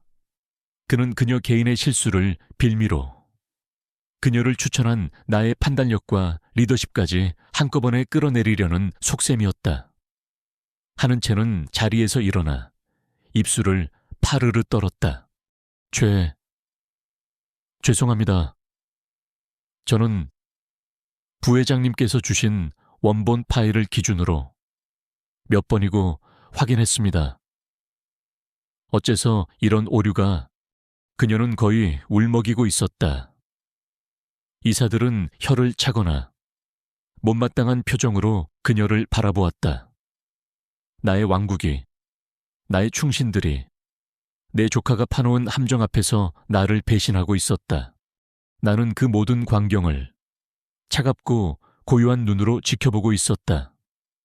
태민이는 이제 나를 바라보았다. 그의 눈에는 승리감과 함께 이제 어쩌실 겁니까? 고모님 다는 조롱의 빛이 담겨 있었다. 나는 마이크를 잡았다. 회의실의 모든 소음이 거짓말처럼 멎었다. 나는 먼저 겁에 질린 채 서 있는 한은채를 향해 말했다. 한 비서, 앉아요. 이건 한 비서 잘못이 아니니. 그리고 나는 내 조카 태민이를 똑바로 쳐다보았다. 내 목소리는 얼음처럼 차가웠지만 그 어떤 때보다도 단단했다. 윤태민 부회장, 나는 처음으로 회의 석상에서 그의 직책을 불렀다. 자네는 이 M&A 프로젝트의 총책임자일세. 그런데 지금 이사회에서 이 프로젝트의 성패를 가를 가장 중요한 핵심 재무 데이터에 오류가 있었다는 사실을 자네는 몰랐다고 말하는 건가? 내 질문에 태민이의 얼굴이 순간 굳어졌다. 그 중요한 데이터 검증을 자네는 자네 말대로 이력도 보잘것없는 신입 비서에게 전부 맡겨놓고 총책임자인 자네는 손가락 하나 까딱하지 않고 재확인조차 하지 않았다는 말인가? 나는 말을 이어갔다. 내 눈에는 이것이 비서의 작은 실수로 보이지 않는군. 이것은 프로젝트 전체를 책임져야 할 리더의 중대한 직무유기로 보이는데 이사님들 생각은 어떠십니까? 순식간에 전세가 역전되었다. 회의실의 공기가 바뀌었다. 이사들의 시선은 이제 동정의 대상이었던 한은채가 아니라 총책임자로서의 의무를 다하지 못한 태민이에게로 향했다. 그의 얼굴이 하얗게 질려갔다. 그가 파놓은 함정에 그 자신이 빠져버린 꼴이었다. 그는 무어라 변명하려 했지만 말이 나오지 않았다. 어떤 변명을 해도 자신의 무능과 무책임함만 드러낼 뿐이었다. 나는 그에게 마지막 일격을 가했다. 이 합병건은 중대한 데이터 오류가 발견되었으므로 원점에서 전면 재검토하도록 하겠네. 각 팀은 모든 데이터를 한치의 오차도 없이 다시 검증해서 내게 직접 보고하도록. 특히 프로젝트 총책임자인 윤태민 부회장은 이번 사태에 대한 경위서를 상세하게 작성해서 제출하게. 나는 합병 안건의 표결을 무기한 연기시켰고 동시에 사태의 책임을 전부 태민이에게 돌려버렸다. 이것으로 오늘 이사회는 마치도록 하지. 나는 내 승리를 선언하고 자리에서 일어났다. 태민이는 망연자실한 표정으로 그 자리에 굳어 있었다. 그의 야심찼던 대관식은 이렇게 그의 공개적인 망신으로 끝나버렸다. 회의실을 나오자 하는 채가 나에게 다가왔다. 그녀의 눈에는 감사함과 죄책감이 뒤섞여 있었다. 회장님, 정말 감사합니다. 그리고 죄송합니다. 제가 어떻게 그런 실수를... 나는 그녀를 바라보았다. 내 마음이 찢어지는 듯했다. 아가야, 그건 네 잘못이 아니란다. 저 비열한 늑대가 너를 해치려고 파놓은 함정이었어 라고 말해주고 싶었다. 하지만 나는 그저 무심한 표정으로 그녀의 어깨를 한번 토닥여줄 뿐이었다. 됐어. 가서 일 봐요. 내 등 뒤로 김 이사가 다가왔다. 역시 회장님이십니다. 정말 눈부신 방역이었습니다. 아니, 김 이사, 이건 방역이 아니야. 이건 전쟁의 시작일 뿐이야. 나는 집무실로 돌아왔다. 나는 이번 전투에서 이겼다. 하지만 전쟁은 아직 끝나지 않았다. 궁지에 몰린 쥐는 고양이를 물기도 하는 법. 태민이는 이제 더욱더 위험한 방식으로 나를, 그리고 내 딸을 공격해올 것이다. 나는 서랍을 열어 김 이사가 조금 전에 가져다 준 서류 봉투를 꺼냈다. 그 안에는 나와 하는 채의 DNA 검사 결과가 들어있었다. 아직 열어보지 않았다. 두려웠다. 하지만 나는 이제 더 이상 두려워하지 않기로 했다. 나는 이 봉투를 열어 진실의 검을 내 손에 쥘 것이다. 그리고 그 검으로 내 딸을 위협하는 모든 것들을 베어버릴 것이다. 나는 봉투를 뜯기 시작했다. 나의 50년의 기다림이 마침내 그 종지부를 찍으려 하고 있었다. 이사회에서의 방역이 성공한 후 회사 안에는 팽팽한 긴장감이 흘렀다. 나의 조카 태민이는 굴욕감에 며칠 동안 회사에 얼굴을 보이지 않았고 그를 따르던 임원들은 내 눈치를 보기에 급급했다. 하지만 나는 알고 있었다. 이것은 폭풍 전의 고요일 뿐이라는 것을. 궁지에 몰린 늑대는 더욱더 사나워지는 법이다. 나는 그동안 김 이사가 가져온 하는 채에 대한 모든 조사 자료를 검토했다. 그녀의 삶은 내가 상상했던 것과 정확히 일치했다. 부산의 한 시장에서 발견되어 보유권에서 자랐고 어려운 환경 속에서도 단 한 번도 좌절하지 않고 자신의 힘으로 꿋꿋하게 살아온 여자. 그녀의 삶에는 그 어떤 부정한 점도 의심스러운 구석도 없었다. 오직 성실함과 정직함만이 기록되어 있을 뿐이었다. 그리고 마침내 내가 기다리던 마지막 퍼즐 조각이 도착했다. 김 이사가 극도의 보안 속에서 떨리는 손으로 내게 서류 봉투 하나를 내밀었다. 유전자 검사 결과였다. 나는 그 봉투를 받아들었지만 차마 열어볼 수가 없었다. 50년의 기다림, 이 얇은 종이 한 장이 나의 그 오랜 기다림에 종지부를 찍을 터였다. 만약 내 희망이 틀렸다면 나는 그 결과를 감당할 수 있을까? 회장님, 김 이사가 나직하게 나를 불렀다. 결과가 어떻게 나오든 회장님께는 제가 있지 않습니까? 그의 그 한마디에 나는 용기를 얻었다. 나는 심호흡을 하고 봉투를 뜯었다. 그리고 그 안에 서류를 꺼내 두 눈으로 확인했다. 친자관계 확률 99인 999%. 순간 눈앞이 흐려졌다. 손이 떨려 서류를 놓칠 뻔했다. 김 이사가 나를 부축해주지 않았다면 나는 그 자리에 쓰러졌을지도 모른다. 수아야, 내 딸 살아있었구나. 정말 살아있었어. 나는 서류를 부둥켜 안고 소리 없이 울었다. 50년 동안 가슴속에 맺혀있던 응어리가 뜨거운 눈물이 되어 흘러내렸다. 신이 마침내 내 기도를 들어주셨다. 하지만 나의 기쁨은 길지 않았다. 태민이의 방역이 내가 예상했던 것보다 훨씬 더 빠르고 거칠게 시작되었기 때문이다. 그는 자신을 따르는 이사들을 규합해 긴급 이사회를 소집했다. 소집 명분은 아스트라 그룹과의 합병 무산에 대한 책임 및 회사의 미래 리더십 논의, 표면적으로는 회사를 걱정하는 듯 했지만 그의 진짜 목적은 나를 이 자리에서 끌어내리고 자신이 그 자리를 차지하려는 쿠데타였다. 긴급 이사회가 열리는 날, 나는 그 어느 때보다도 단단한 갑옷을 입었다. 그것은 값비싼 명품 정장이 아니라 50년 만에 되찾은 내 딸을 지키려는 어미의 모성애였다. 회의실에 들어서자 태민이는 이미 상석에 앉아 나를 기다리고 있었다. 그의 눈에는 승리를 확신하는 자의 오만함이 가득했다. 그의 옆으로는 그에게 충성을 맹세한 몇몇 이사들이 굳은 표정으로 앉아 있었다. 하는 채는 비서로서 이 모든 상황을 기록하기 위해 내 뒤쪽에 앉아 있었다. 그녀는 회의실의 살벌한 분위기에 잔뜩 긴장한 얼굴이었다. 나는 그녀를 안심시키려는 듯 희미하게 고개를 끄덕여 보였다. 태민이가 먼저 입을 열었다. 오늘 제가 긴급 이사회를 소집한 이유는 우리 JN그룹의 미래가 심각한 위기에 처해 있다고 판단했기 때문입니다. 그는 비장한 목소리로 연설을 시작했다. 존경하는 윤설현 회장님께서 우리 그룹을 반석 위에 올려놓으신 위대한 업적은 그 누구도 부인할 수 없습니다. 하지만 최근 회장님께서 내리신 몇몇 결정들은 우리 모두를 큰 혼란에 빠뜨렸습니다.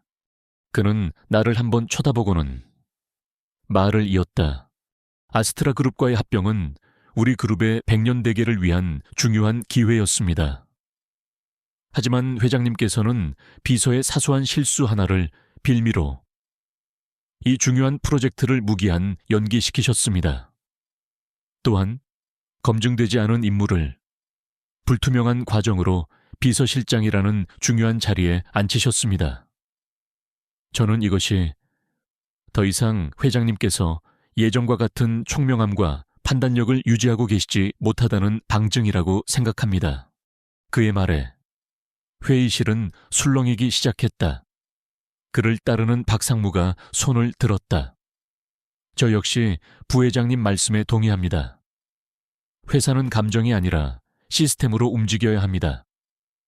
회장님의 최근 결정들은 시스템을 무시한 독단적인 판단이라고밖에 볼 수 없습니다. 회사의 안정을 위해 이제는 젊고 유능한 리더에게 길을 터주셔야 할 때라고 생각합니다. 여기저기서 동조하는 목소리가 터져 나왔다. 그들은 완벽하게 짜인 각본대로 나를 압박하고 있었다. 하는 채는 이 모든 사태가 자기 때문에 벌어졌다는 죄책감에 얼굴이 새하얗게 질려 고개를 숙이고 있었다. 태민이는 마침내 마지막 카드를 꺼내 들었다. 따라서 저는 이 자리에서 윤설현 회장님의 경영 일선, 퇴진과 명예회장 추대, 그리고 모든 경영권을 저 윤태민 부회장에게 위임할 것을 정식으로 안건으로 상정하는 바입니다. 이 안건에 대해 이사님들의 동의를 구합니다. 쿠데타였다. 그는 이 자리에서 나를 허수아비로 만들고 자신이 왕이 되려 하고 있었다. 몇몇 이사들이 동의한다며 손을 들었다. 분위기는 완전히 그에게로 넘어가고 있었다. 김 이사만이 안타까운 표정으로 나를 바라볼 뿐이었다. 태민이는 승리를 확신한 듯 의기양양한 미소를 지으며 나를 보았다. 이제 끝났습니다. 고모님, 그의 눈이 그렇게 말하고 있었다. 나는 그를 조용히 바라보았다. 그리고 아주 천천히 마이크를 잡았다.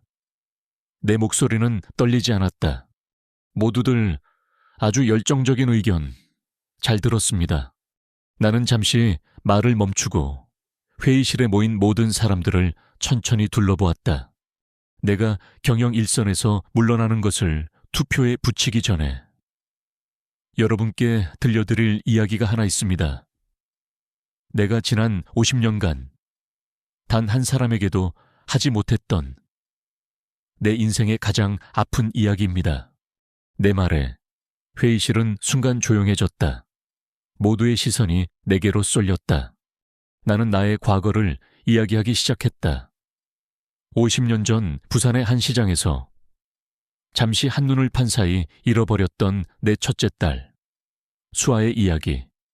아이의 신발 한 짝을 손에 쥔 채 평생을 가슴에 묻고 살아야 했던 한 어미의 고통에 대해서, 나의 성공이 어쩌면 그 아이를 찾기 위한 처절한 몸부림이었을지도 모른다는 나의 고백에 대해서 회의실 안에는 이제 그 어떤 소리도 들리지 않았다. 모두가 숨을 죽인 채 나의 이야기에 귀를 기울이고 있었다. 나는 그 아이를 다시 만날 수 있으리라고는 꿈에도 생각하지 못했습니다. 그런데 몇 주 전 기적이 일어났습니다. 비서실장 면접을 보러 온 한 여자의 손목에서 나는 보고야 말았습니다. 내 딸 수아의 손목에 있던 것과 똑같은 초승달 모양의 점을 나는 손을 들어 내 뒤쪽에 앉아있는 하는 채를 가리켰다. 그녀는 갑자기 자신의 이름이 불리자 고개를 들고 어리둥절한 표정으로 나를 바라보았다. 물론 여러분은 생각하시겠지요. 늙은 여자의 망상이라고. 그저 우연의 일치일 뿐이라고. 저 역시 그렇게 생각했습니다. 그래서 확인했습니다. 나는 김 이사에게 눈짓했다. 김 이사는 고개를 끄덕이고 노트북을 회의실의 대형 스크린과 연결했다. 스크린에 유전 검사 결과 보고서가 떴다. 그리고 그 중앙에 붉고 선명한 글씨가 나타났다. 친자 관계 확률 99.9999%. 회의실이 폭발하는 듯한 충격에 휩싸였다. 이사들은 모두 자리에서 벌떡 일어나 스크린과 나와 하는 채를 번갈아 쳐다보았다. 가장 큰 충격을 받은 것은 태민이었다. 그의 얼굴에서 자신만만했던 미소가 사라지고 경악과 불신 그리고 인의 분노가 그 자리를 채웠다. 그의 모든 계획이, 그의 미래가 저 숫자 몇 개 앞에서 산산조각 나고 있었다. 나는 자리에서 일어났다. 그리고 내 평생의 한이 담긴 목소리로 세상에 선포했다. 여러분께 소개합니다. 나는 하는 채에게로 다가가 그녀의 손을 잡고 앞으로 이끌었다. 그녀는 여전히 상황을 이해하지 못하고 겁에 질린 눈으로 나를 바라보고 있었다. 이 사람 하는 채는 더 이상 내 비서가 아닙니다. 이 사람이 바로 50년 전 내가 잃어버렸던 내 딸 윤수아이며 이 JN그룹의 유일하고 진정한 상속인입니다. 내 선언이 끝나는 순간 하는 채의 눈이 믿을 수 없다는 듯이 크게 떠졌다. 그녀는 스크린의 검사 결과와 나를, 그리고 자신의 손목에 있는 초승달 모양의 점을 번갈아 쳐다보았다. 그녀의 머릿속에서 50년의 세월 동안 흩어져 있던 퍼즐 조각들이 마침내 하나로 맞춰지고 있었다. 어머니. 그녀의 입에서 나직한 부름이 터져 나왔다. 그 순간 그녀의 다리에서 힘이 풀리며 그 자리에 주저앉았다. 그녀는 얼굴을 감싸쥔 채 아이처럼 서럽게 울기 시작했다. 나는 그런 그녀를 조용히 끌어안았다. 50년 만에 처음으로 내 딸을 품에 안았다. 따뜻했다. 내 평생이 찾아 헤매던 온기였다. 태민이는 거짓말이야, 조작된 거야 하고 소리치고 있었지만 그의 외침은 더 이상 그 누구의 귀에도 들리지 않았다. 이사들은 모두 50년 만에 극적으로 재회한 우리 모녀의 모습을 경의와 감동의 눈으로 바라보고 있었다. 나의 길고 길었던 전쟁은 이렇게 막을 내리고 있었다. 아니, 어쩌면 진짜 전쟁은 이제부터 시작일지도 몰랐다. 잃어버린 50년의 세월을 되찾고 내 딸과 함께 진정한 모녀로 살아가는 세상에서 가장 아름답고도 힘겨운 전쟁이 이사회 회의실의 폭풍이 휩쓸고 간 후 나의 왕국에는 거대한 지각 변동이 일어나고 있었다. 수십 년간 당연하게 여겨졌던 모든 것들이 뿌리째 흔들리고 그 폐허 위에서 새로운 질서가 세워지고 있었다. 그 중심에는 50년 만에 되찾은 내 딸 윤수아가 있었다. 그날 이사회가 파하고 나는 내 딸을 품에 안은 채 밖으로 나왔다.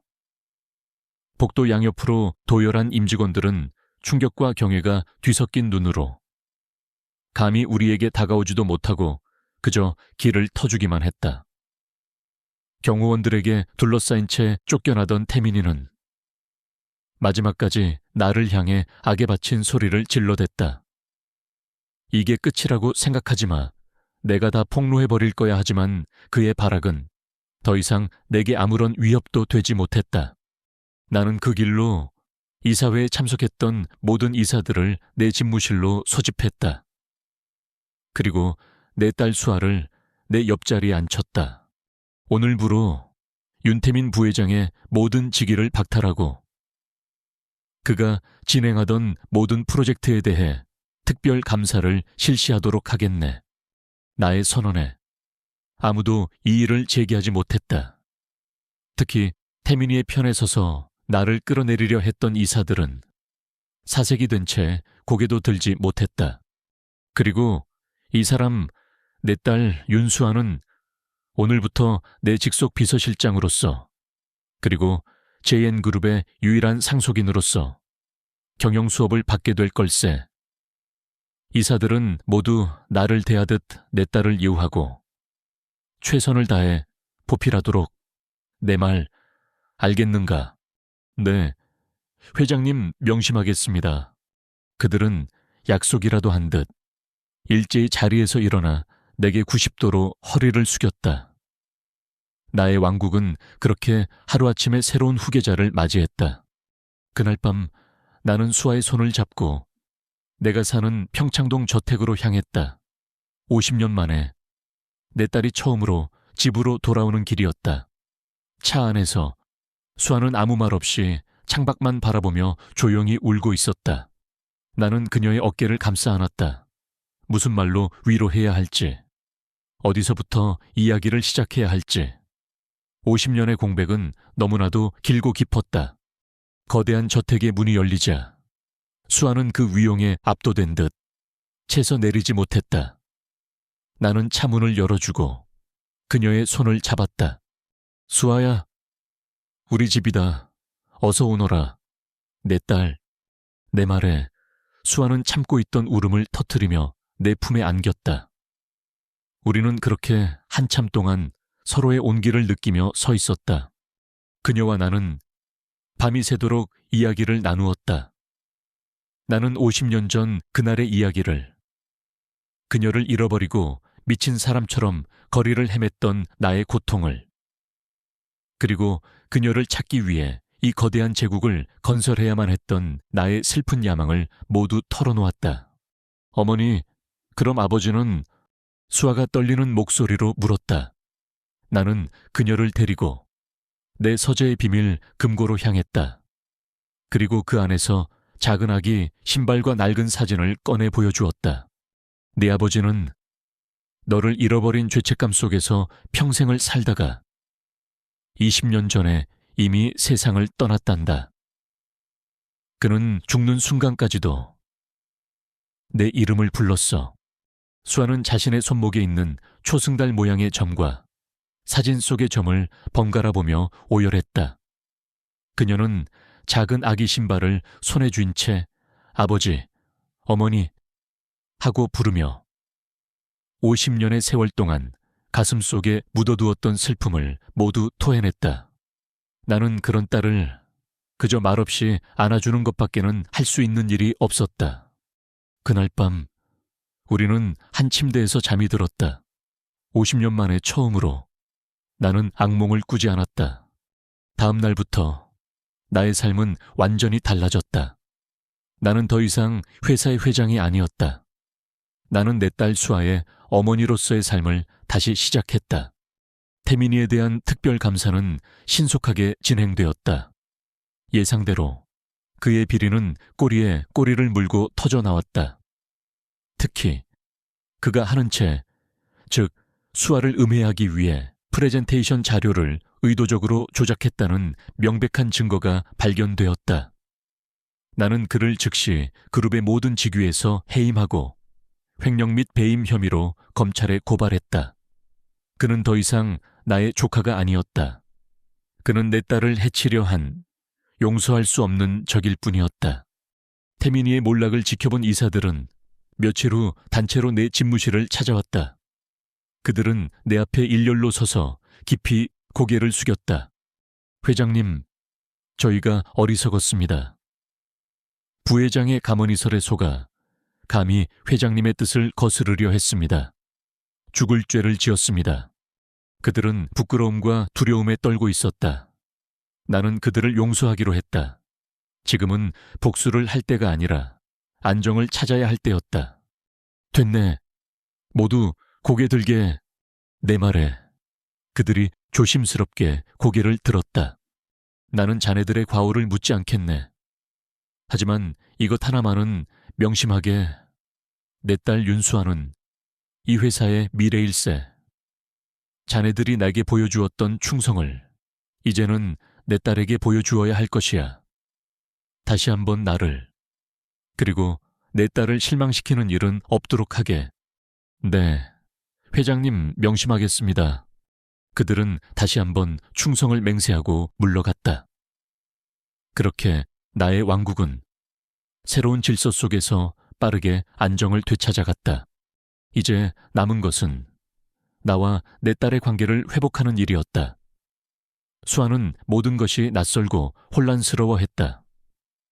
50년간 하는 채로 살아온 그녀에게 윤수아라는 새로운 이름과 재벌 그룹의 상속녀라는 거대한 옷은 너무나도 무겁고 어색했다. 나는 그녀에게 아무것도 강요하지 않았다. 나는 그녀를 회사에 출근시키는 대신 그녀와 함께 시간을 보냈다. 우리는 함께 쇼핑을 가서 그녀에게 어울리는 예쁜 옷들을 사주었다.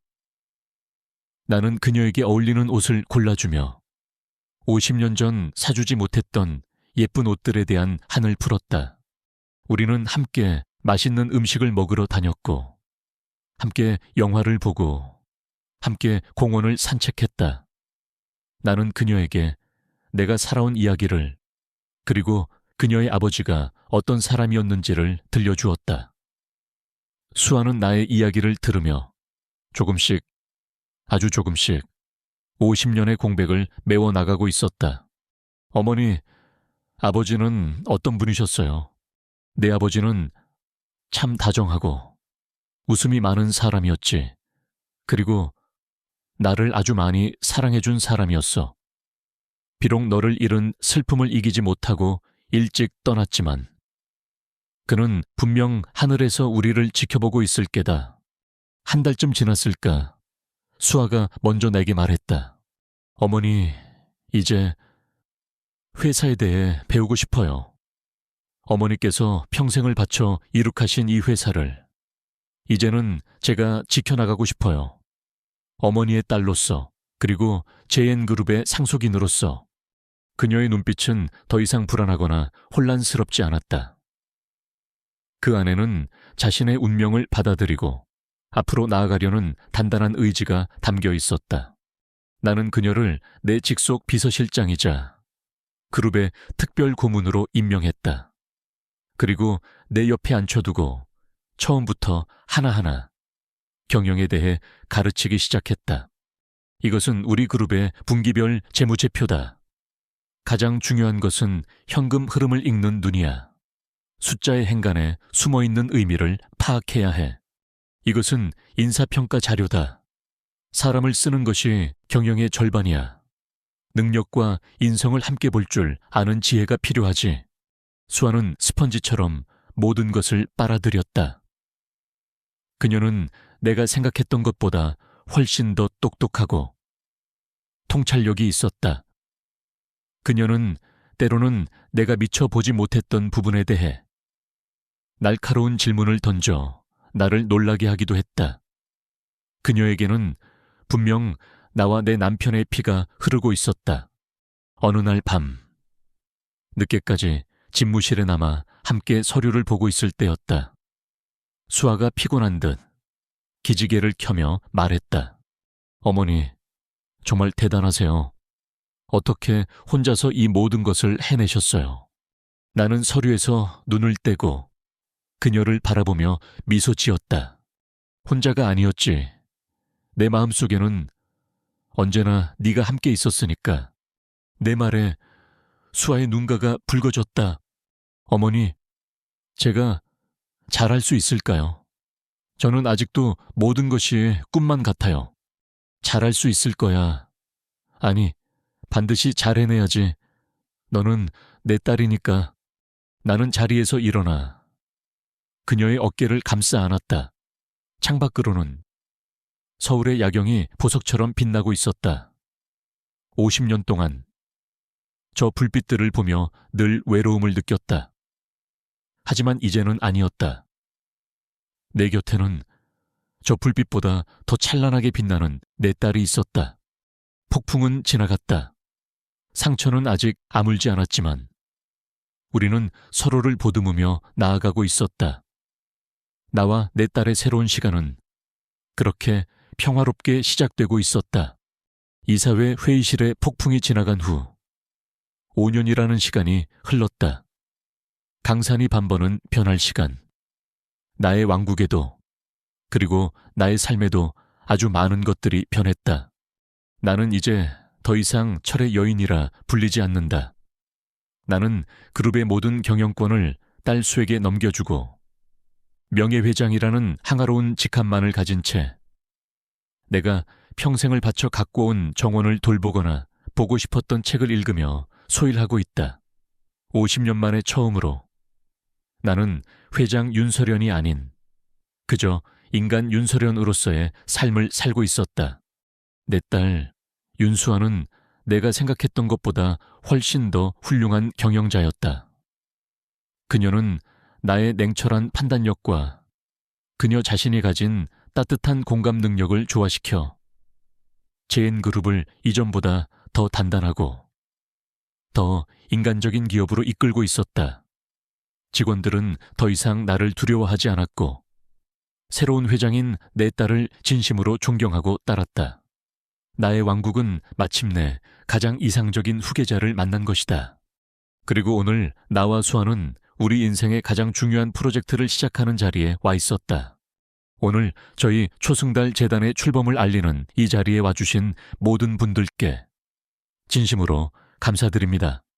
단상에 서서 연설을 하고 있는 사람은 JN그룹의 회장 윤수아가 아닌 초승달 재단의 이사장 윤수아였다. 초승달 재단, 우리 모녀를 50년 만에 이어준 그 운명의 표식을 딴 이름이었다. 우리는 우리에게 주어진 부와 명예를 우리와 같은 아픔을 가진 사람들을 위해 쓰기로 했다. 초승달 재단은 미아 방지 시스템을 구축하고 장기 실종 아동을 찾는 일을 지원하며 보육시설의 아이들을 후원하는 우리 모녀의 한과 염원을 담아 만든 재단이었다. 수아는 자신의 이야기를 담담하게 풀어나갔다. 50년 만에 어머니를 찾은 자신의 기적 같은 이야기, 그리고 이 기적을 이제는 다른 사람들에게도 나누어 주고 싶다는 진심 어린 다짐, 그녀의 연설에 객석에 앉아있던 많은 사람들이 눈물을 훔쳤다. 나는 객석 맨 뒷줄에서 그런 내 딸의 모습을 자랑스럽게 바라보고 있었다. 5년 전 세상 물정 모르고 어리둥절해 하던 하는 채는 이제 없었다. 내 앞에는 자신의 아픔을 더 큰 사랑으로 승화시킬 줄 아는 강하고 지혜로운 리더 윤수아가 서 있었다. 재단 출범식이 끝난 후 우리는 오랜만에 단둘이 평창동 집으로 향했다. 어머니, 저 오늘 연설 괜찮았어요. 너무 떨려서 무슨 말을 했는지도 모르겠어요. 수아가 어린아이처럼 내게 물었다. 나는 그녀의 손을 꼭 잡아주었다. 아주 훌륭했어. 내 딸, 네 아버지가 살아있었다면 분명 자랑스러워했을 게다. 아, 수아야, 처음 널 찾았을 때 나는 이 모든 것이 꿈만 같으면서도 한편으로는 두려웠단다. 50년의 세월을 우리가 어떻게 메울 수 있을까? 혹시라도 네가 나를, 이 어미를 원망하지는 않을까? 어머니, 하지만 이제는 알아. 우리가 잃어버린 50년은 어쩌면 오늘 같은 날을 위해 존재했던 시간이었을지도 모른다고. 우리의 아픔이 다른 사람들의 희망이 될 수만 있다면 그것으로 우리의 잃어버린 세월은 충분히 보상받는 것이라고. 내 말에 수아는 말없이 고개를 끄덕였다. 우리는 더 이상 잃어버린 과거에 대해 슬퍼하지 않았다. 우리는 함께 만들어갈 미래에 대해 이야기했다. 그로부터 또 2년이라는 시간이 흘렀다. 나는 이제 70을 훌쩍 넘긴 할머니가 되었고 내 딸 수아는 한 아이의 어머니가 되었다. 어느 화창한 봄날 오후였다. 나는 내가 가장 사랑하는 공간, 우리 집 정원에 앉아 있었다. 정원의 장미들은 약속이라도 한 듯 일제히 화려한 꽃망울을 터뜨리고 있었다. 할머니, 저 좀 보세요. 잔디밭 저편에서 4살 배기 내 손녀 혜인이가 아장아장 걸어오며 소리쳤다. 아이의 손목에는 엄마를 꼭 닮은 초승달 모양의 점이 선명하게 박혀 있었다. 그것은 우리 집안의 여자들에게 대대로 내려오는 사랑의 증표와도 같은 것이었다. 어머, 우리 강아지 또 넘어졌네. 수아가 달려가 흑투성이가 된 딸아이를 안아 일으켰다.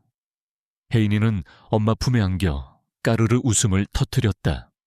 나는 그 모습을 정원의 벤치에 앉아 조용히 바라보았다. 평화, 내가 50년을 찾아 헤매던 단어. 그것은 성공의 정점에도 거대한 부와 명예 속에도 없었다. 그것은 바로 지금 이 순간 내 가족의 웃음소리가 가득한 이 작은 정원 안에 있었다. 수아는 혜인이를 무릎에 앉히고 장미 넝쿨에 가지치기를 하고 있었다. 하지만 그녀의 손길은 어딘가 서툴렀다. 어머니, 이거 어떻게 하는 거였죠? 자꾸 엉뚱한 가지만 자르게 돼요. 수아가 곤란한 표정으로 나를 보며 말했다. 나는 웃으며 그녀에게 다가갔다. 이리 줘보거라. 나는 수아의 손에서 전지가위를 받아들었다. 그리고 그녀의 손을 잡고 아주 천천히 오래된 장미가지를 잘라냈다. 가지를 칠 때는 말이다. 저기, 저 새순이 돋아나는 눈 바로 위를 잘라야 한단다. 그래야 묵은 가지의 아픔을 딛고 새 가지가 더 힘차게 뻗어나갈 수 있거든. 내 할머니께서 내게 그렇게 가르쳐 주셨지. 나는 장미를 가르치며 아주 먼 옛날 내 어머니의 따뜻했던 손길을 떠올렸다. 그리고 그 가르침을 이제는 내 딸에게, 그리고 언젠가는 내 손녀에게 이어주게 될 것이다. 아, 그렇구나. 수아가 고개를 끄덕였다. 그녀의 손목 위에서 초승달 모양의 점이 봄 햇살을 받아 반짝이고 있었다. 50년 전 나를 절망에 빠뜨렸던 그 표식이 이제는 3대를 이어주는 행복의 증표가 되어 빛나고 있었다. 나는 내 딸의 곁에 앉았다. 손녀 혜인이는 내 무릎에 머리를 기대고 잠이 들어 있었다. 정원에는 향긋한 장미 향기와 함께 따스한 봄바람이 불어왔다. 나는 눈을 감았다. 내 가슴 속에 50년간 자리 잡고 있던 차갑고 텅 빈 구멍, 그곳에 이제는 따뜻한 온기가 가득 차오르는 것을 느꼈다. 상처는 사라지지 않았지만 그 상처 위로 새로운 살이 돋아나고 마침내 아름다운 꽃이 피어난 것이다. 나는 더 이상 외롭지 않았다. 더 이상 슬프지 않았다. 나는 내 딸과 내 손녀와 함께 내 인생의 가장 눈부신 봄날을 맞이하고 있었다. 나의 길고 길었던 겨울은 마침내 끝이 났다. 나의 정원에 마침내 꽃이 피고 있었다. 오늘 저의 이야기는 여기까지입니다. 이 이야기가 여러분의 마음에 작은 울림을 주었다면 구독과 좋아요를 눌러주세요. 여러분의 응원은 제가 다음 이야기를 만들어 나가는 가장 큰 힘이 됩니다. 댓글을 통해 여러분의 생각이나 비슷한 경험을 나눠주시는 것도 언제나 환영입니다. 다음에는 더욱 흥미롭고 감동적인 이야기로 찾아뵙겠습니다. 감사합니다.